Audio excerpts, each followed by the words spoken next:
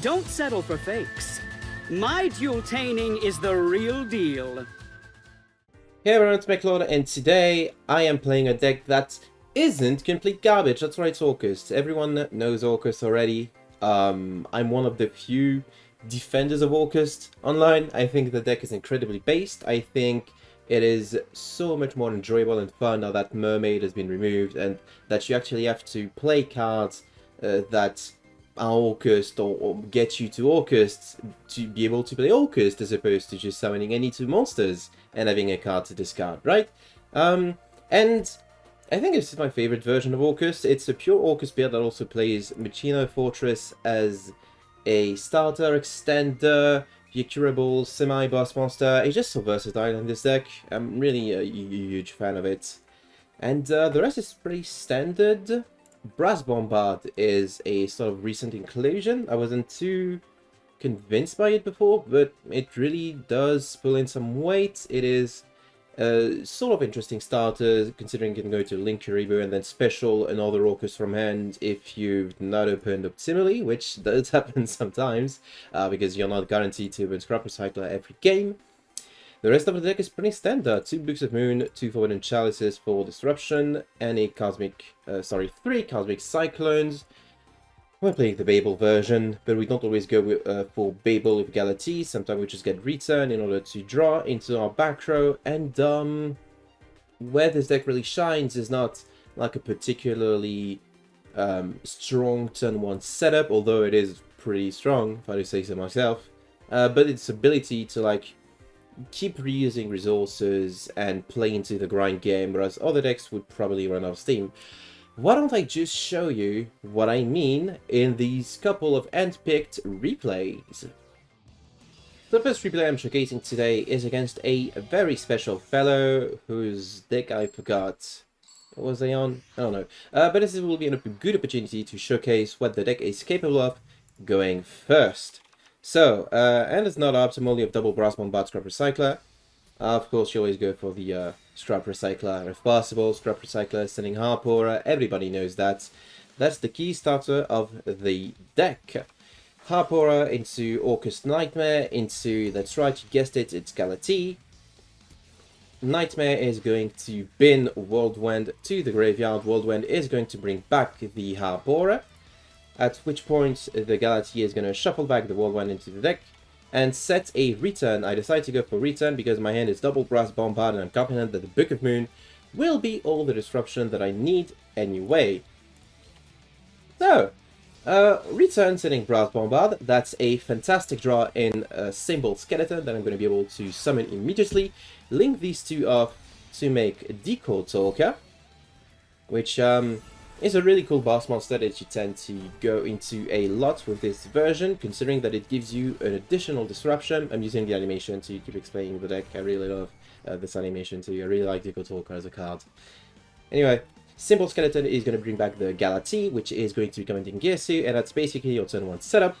So, not too shabby. We are lacking the quick effect disruption that would be Dingirsu, or rather, Dingirsu being summoned with Symbol Skeleton engraved thanks to Babel, but we have an Dingirsu to protect our field. We have one targeting effect negation with the Decode Talker. We have Book of Moon with Forbidden Chalice. I'm confident that this is like enough, regardless of how many openings we make. And we have the 3 effect skill that gains you a bunch of life. I guess I didn't really talk about the skill. You don't have to play an archetypal skill because you don't have any. Oh, that's right, this guy was on DDD. Like the basic version of DDD. The version of DDD that like Reddit is obsessed with, right? Oh, the good version of DDD. Anyway, they summon Night Owl. I decided to go for the Book of Moon on the Genghis in order to force the reaction. Here it's going to Genghis, try and negate. And we're going to Forbidden Chalice, the Night Owl, in order to get rid of that. The idea is I don't want him to be able to synchro summon the big bungus guy, because even though I have a lot of life points, that's a threat that I'm not particularly able to... Actually, no, that's not true. Anyway, they still have the Swirl Slime Grave, and they're so lucky, because they got the second Night Owl in hand, and with the Genghis they're going to be able to bring back the Vice Typhoon. The Vice Typhoon they're going to be able to go into Gusking Alexander. Gusking Alexander is going to be able to punch my board. I'm going to protect my Decode Talker with Ngirsu, but let the Harp-Aura go, because I'd rather have this in grave. So, Brass Bombard and Dengetsu make for a second Galaxy. Galaxy is this time going to set Babel to my field for potential disruption in the very near future. It's such a cool card, I love Babel. Anyway, this Galaxy is also going to become a Dengetsu. And this Dengetsu is going to be sending the Genghis to grave. And on to the battle phase. Decode Soaker walks over the Gus King Alexander because this, I don't know why he summoned it to the zone that was pointed to Decode Soaker. I guess one of his play on their part, so don't do that. Punch the Night Horse, he has life points, but I have like so many cards in grave. Also, my Decode Soaker is able to negate by attributing Dengetsu, which I guess was not an ideal placement, but it's fine. It's not like this guy can do anything. He acknowledges that he's lost, he just passes, and lets me deal the lethal blow. So yeah, that's your average game with ORCUST. It's kind of fun. This next game is even more of a riot because I'm playing against Bandit Chief, and Bandit Chief telegraphs a couple of things. It could be ORCUST, it could be a couple of other decks that use Switcheroo or Baggy Sleeves or this sort of skills. This hand still opened the Scrap Recycler, which I guess you have a 50% chance to open Scrap Recycler in any given game, so that's completely fine. Going first again, Harpora into August Nightmare. You know the line, you know the combo. It's a thing that could be like seen on a flowchart, so I don't feel too smart for like doing it and figuring it out. You know, it's basically the same thing over and over, except this time I send the Symbol Skeleton. I send the Symbol Skeleton for Disruption because I think it's gonna be really cool. I don't draw into the Babel, unfortunately, and the Fortress is kind of dead in my hand because I can't summon anything that is not an Earth monster. But it's still pretty cool. This time, instead of going to Decode Soaker, my setup is going to be less impressive. I'm going to watch this animation again. Less impressive than the first game, but still kind of cool, kind of neat. Still really fond of it. Here he is. That's Decode Soaker. It's one of my coolest protagonist ace monsters of all time. Symbol Skeleton bring back the Galaxy. Galaxy becoming a Dengetsu. Dengetsu reattaching the Symbol Skeleton from grave. And setting 7 passes. Oh yeah, and getting 2800 life points. And what is Ankh Raider of Breaking Bad fame gonna do? I'm gonna summon Crusader Maximus. I'm immediately gonna Book of Moon this because I don't want him to go into you know, Crusader shenanigans. Instead of their normal, they're gonna use it to go into Magius. They're gonna special a second Aporia to the Magius link point in order to get Reclusia.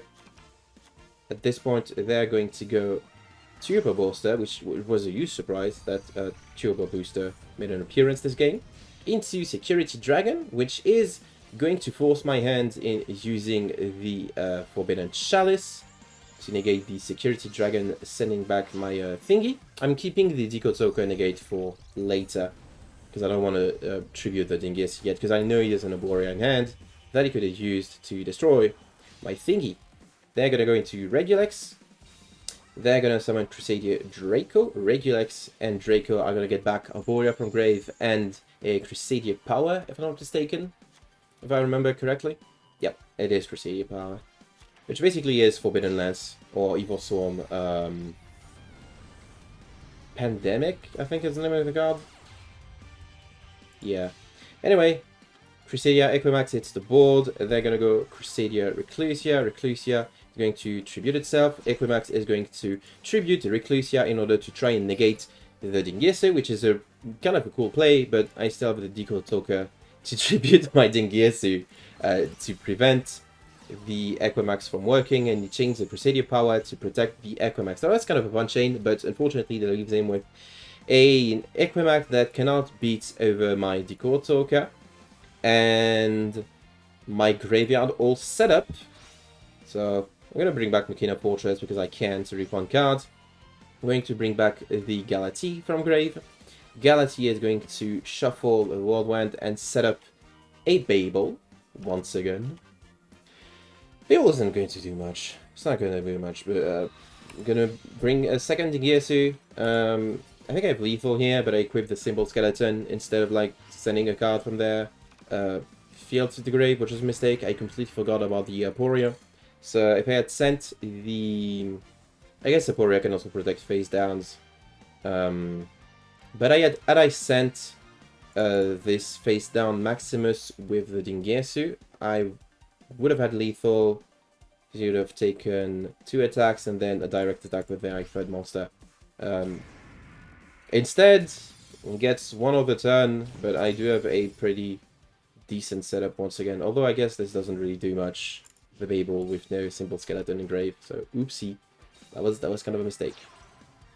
Anyway, he's gonna try again. Magius, and then the Maximus. Magius gets an Arborea. And is going to normal the Arborea, and they're going to go into Nightmare Phoenix, and then realize that there's not really much they can do from this position, because even if they went for Unicorn and had something to discard, I have Decode Talker, so... sorry, Yank. Better luck next time. And for this last game of the day, look, it's Hero! Like, it's Destiny Hero. It's the deck that I absolutely hate. I hate Destiny Hero. I hate playing this garbage deck. Going first again, that's very nice. Even if you go second, sometimes you can do stuff. This end does not look like the greatest, but Return and Nightmare surely can get me somewhere. And look! I top decked the Machina Fortress with the Whirlwind to discard, so everything worked out.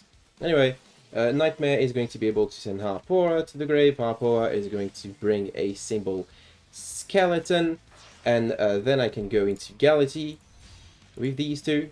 That's really cool. I have a cool Galaxy. I can send back the Harpora to set up the Babel, because I've already used Return this turn, also I don't have anything to stand. Whirlwind is going to bring back this ORCUST Nightmare. They're gonna make Decode Talker, and I'm gonna be really happy about Decode Talker. Babel's there, symbol skeleton, brings back the Galaxy, which is then going to become a Dingesu, which is then going to attach, and then I'm going to set 2 and get a bunch of life points, and you know, double Cosmic Cyclone might not seem all that good, but it's pretty good against this deck, and you're gonna see why. They open with Destiny Draw, they set a couple of cards, I don't know why. They activate normal summon, decide on activate it. Activate the skill, which it's very funny that the skill sets poly instead of adding it to your hand, because you can do exactly what I'm about to do, which is Cosmic Cyclone. They're set poly, so they don't have a follow-up. Oh cool, you have a Malicious. Oh, I guess you can link summon into a Nightmare Phoenix. Wow, that's impressive. Phoenix is going to target my set, Decode Talker is going to tribute Dingesu to negate this, and it's going to get the third Mali out of the deck, and in the end phase I'm going to Cosmic Cyclone one of their set back row, and I'm going to Symbol Skeleton bringing back Dingesu to get rid of their second back row. Oh, it's a very funny deck. Was there anything it could have done better? Probably not. I'm just too good and based. And Epic and ORCUST are just so much better than Destiny Hero. So that's it. That's the deck. What do you think? Do you think ORCUST is based? Do you think ORCUST is cringe? Do you think ORCUST is somewhere in between? Let me know in the comments of the video. I don't care either way. I'm going to keep playing ORCUST because it's a fun deck. And I'll see you guys and gals, my binary pals, next time.